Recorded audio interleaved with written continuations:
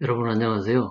타이어 트레드 블록이 플라이 스티어를 발생시키는 이론의 전체적인 개요를 트레드 블록이 걸리는 힘에서부터 변이와 플라이 스티어 순으로 설명을 드리도록 하겠습니다.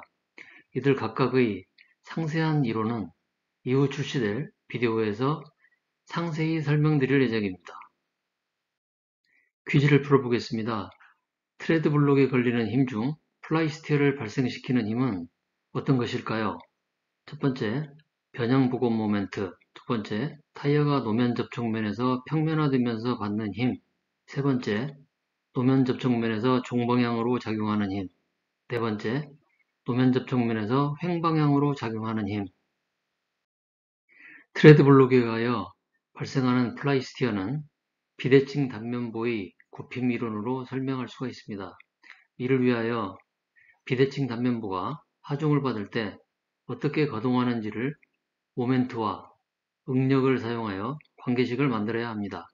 이 과정을 이해하기 위하여 필요한 지식은 단면 1차 모멘트, 단면 2차 모멘트, 그리고 이와 관련된 모아원과 주축이 있습니다. 다음에 중립면, 중립축, 그리고 변일원과 방향이 되겠습니다.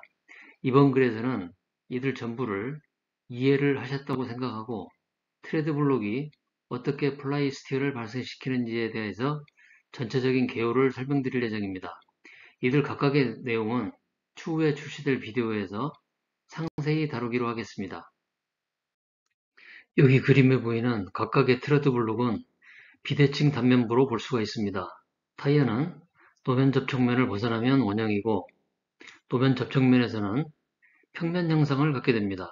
그러므로 노면 접촉면에서 원형이 직선이 되면서 길이가 줄어들기 때문에 길이 방향으로 압축이 발생하고 횡방향으로는 인장이 발생하게 됩니다.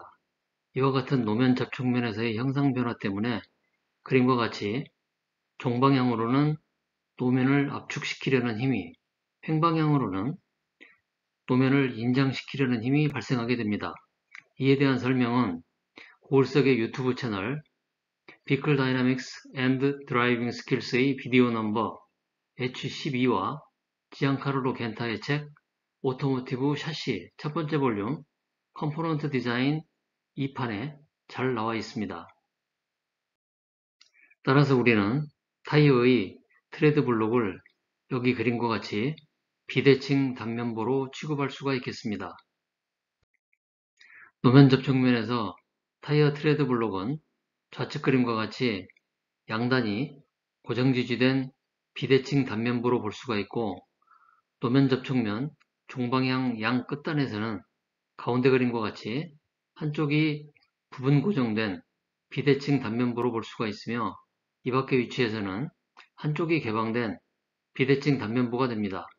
플라이스티어를 이해하는데 이들 각각의 정확한 해를 구할 필요는 없습니다. 이 대신에 우리가 관심 있는 것은 트레드 블록의 형상에 따라 플라이스티어의 크기와 방향이 어떻게 변하는지를 이해하는 것이기 때문에 이 부분에 집중하여 설명을 드릴 예정입니다. 통상적으로 트레드 블록의 단면은 배수, 빙판주행, 발진, 제동, 소음, 미관 등 다양한 요구사항을 만족시켜야 하기 때문에 일반적으로 대칭이 아닙니다. 모멘트 M을 받는 부에서 길이 방향으로 변형률과 응력이 제로인 평면이 존재하는데 이를 중립면이라고 합니다. 나아가서 종방향 X축에 수직으로 볼을 절단하였을 때 나타나는 중립면의 절단선, 이 선을 중립축이라고 합니다. 여기서 중요한 것은 중립면과 중립축은 단면의 특성이 아니고 작용하는 하중과 단면 형상이 결합되어 결정된다는 것입니다. 보호 굽힘에 대해서 변형률을 계산해 보겠습니다. YZ는 중립면에서 Y만큼 떨어져 있습니다. 길이 EF는 R 곱하기 델타 시타와 같으며 이 길이 EF는 중립면에 있는 길이이므로 보가 모멘트를 받아 변형하는 동안에도 변하지가 않습니다. 한편 YZ의 길이는 변형 전에는 길이 F와 같았으나 변형 후에 R-Y에 델타 시타를 곱한 값으로 줄어들었습니다.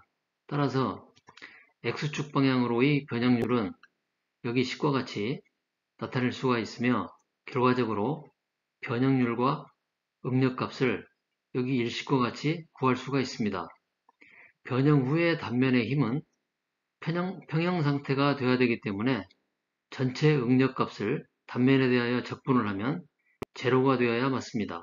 따라서 여기 있는 식을 얻을 수가 있으며 여기 적분에 해당하는 이 식은 단면 1차 모멘트로 불려지고 있습니다. 여기서 중요한 것은 중립면의 변형률은 제로이고 중립면과 중립축은 항상 단면의 중심을 통과한다는 것입니다. 모멘트를 응력의 함수로 나타내기 위하여 중립축으로부터 y만큼 떨어진 미소면적 델타 A를 갖는 스트립을 생각해 보겠습니다. 이 경우에 델타 M은 델타 A의 압축인 마이너스 델타 F를 발생시킵니다. 힘은 응력의 면적을 곱한 것과 같으므로 델타 F는 시그마 X에 델타 A를 곱한 것과 같습니다. 여기서 일식의 시그마 X에 대한 표현을 그대로 대입을 하면 이 식과 같은 결과를 얻을 수가 있습니다. 따라서 단면 전체의 모멘트는 여기 이 식을 적분하여 구할 수가 있는데 여기서 y제곱의 적분항을 2차 단면 모멘트라고 부릅니다. 단면 2차 모멘트는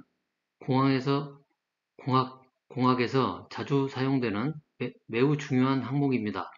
여기서 모멘트의 부호를 정의할 필요가 있는데 양의 모멘트는 좌표축의 상방향의 압축을 발생시키고 하방향의 인장을, 음의 모멘트는 좌표축의 상방향의 인장을, 하방향의 압축을 발생시킵니다. 따라서 양의 모멘트를 받는 보는 아래로 볼록해지고 음의 모멘트를 받는 보는 위로 볼록해지게 됩니다. 단면 2차 모멘트와 단면 상승 모멘트에 대한 기본식을 정리를 해보겠습니다. 여기 두 개의 식은 Z축과 Y축에 대한 단면 2차 모멘트를 각각 나타내고 있고 여기 있는 식은 Z축과 Y축에 대한 단면 상승 모멘트를 나타내고 있습니다. 평행축 정리를 설명하기 위하여 여기에 두 개의 축을 나타내었는데 YZ 좌표축은 원점 O가 도심에 있고 YZ 프라임 좌표축은 도심축에서 DY와 DZ만큼 벗어나 있습니다. 평행축 정리는 도심축이 아닌 축에서의 단면 2차 모멘트를 도심축의 단면 2차 모멘트를 이용하여 구할 수 있다는 내용으로 도심축이 아닌 YZ 프라임 축의 단면 2차 모멘트는 원점이 움직인 거리의 각 축의 성분의 제곱한 값이나 서로 곱한 값을 단면 면적 A에 곱하여 구할 수 있다는 것을 나타내고 있습니다. 또 하나의 중요한 개념은 주축으로 주축은 단면 상승 모멘트가 제로가 되는 축을 의미합니다. 응력은 모멘트와 단면 2차 및 단면 상승 모멘트를 사용하여 좌표축의 함수로 표현할 수가 있으며 이를 이용하여 힘과 모멘트에 대한 변유의 방향을 예측할 수가 있습니다. 그런데 여기에 보이는 바와 같이 대칭 단면보와 비대칭 단면보는 변유의 크기와 방향이 서로 다릅니다. 중립축을 어떻게 찾을 수 있을까요? 답은 중립축의 특성에 있습니다. 왜냐하면 중립축에서는 수직응력이 제로이기 때문입니다. 시그마 x에 제로를 대입하고 정리를 하면 기울기 탄젠트 알파를 갖는 직선의 식을 구할 수가 있습니다. 이 중립축은 단면의 중심을 통과하게 됩니다. 중립축이 중요한 이유는 대칭이든 비대칭이든 간에 보의 굽힘에서 모든 변이는 중립축의 수직으로 움직이기 때문입니다. 마지막으로 힘과 모멘트에 대한 변유의 식을 계산할 수가 있으며 이를 통하여 변유의 크기와 방향을 알 수가 있습니다. 이 그림은 비대칭 타이어 패턴 블록의 변이가 플라이 스티어를 발생시키는 원리를 설명하고 있습니다. 그림에서 노면 접촉면에서 타이어가 평면화되면서 발생하는 힘이 Y축의 마이너스 방향으로 타이어 블록에 가해지게 되면 변이가 중립축과 수직안 방향으로 타이어 측에서 우측 하방향으로 발생합니다. 이 변이의 Z방향 성분 U 때문에 노면에서 반력이 Z방향의 플러스 방향으로 발생하게 됩니다. 이와 같은 메커니즘이 플라이 스티어의 발생을 잘 설명하고 있습니다. 여기 그림은 트레드 블록이 플라이 스티어를 발생시키는 메커니즘을 설명해주고 있습니다. 타이어 블록에 발생하는 모든 힘들은 타이어를 시계 방향으로 돌리려고 합니다. 만일 타이어 블록의 방향을 반대로 바꾸면 반력의 방향도 반대로 바뀌게 됩니다. 트레드 블록의 모든 힘들은 타이어를 반시계 방향으로 돌리려고 하게 됩니다. 이와 같은 원리를 이용하면 트레드 블록의 형상을 변경하여 플라이 스티어를 없앨 수도 있고 방향을 바꿀 수도 있습니다. 퀴즈에 대한 답은 타이어가 노면 접촉면에서 평면화되면서 받는 힘이 되겠습니다. 내용을 요약해보면 타이어 트레드 블록에 의한 플라이 스티어 발생은 비대칭 단면보의 굽힘 이론으로 설명할 수가 있습니다. 타이어가 노면 접촉면에서 평면화되면서 발생하는 수평 방향의 힘이 플라이 스티어를 발생시킵니다. 중립면에서 변형과 응력이 발생하지 않는다는 원리를 이용하여 중립축을 계산할 수가 있습니다. 중립면과 중립축은 단면의 특성이 아니고 작용하는 하중과 단면 형상이 결합되어 결정됩니다. 중립면과 중립축은 항상 단면의 중심을 통과합니다. 단면 주축은 단면 상승 모멘트를 제로로 만드는 축입니다. 보의 굽힘에서 중립면의 수직한 단면에 대한 응력의 총합은 제로입니다. 보의 굽힘에서 모든 변이는 중립축의 수직한 방향으로 움직입니다. 트레드 블록의 형상은 플라이 스티어와 직접적인 관계가 있습니다. 이전에 출시된 비디오를 보시면 앞으로의 비디오를 더욱 잘 이해하실 수가 있습니다. 이전 비디오 H37에서는 강성 행렬의 다양한 형태와 이들의 요소를 설명드린 바가 있습니다.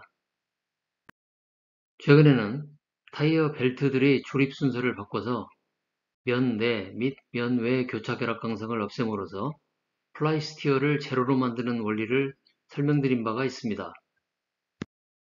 다음 비디오는 플라이 스티어 13번째 비디오로 단면 2차 모멘트와 단면 상승 모멘트에 대하여 설명할 예정입니다.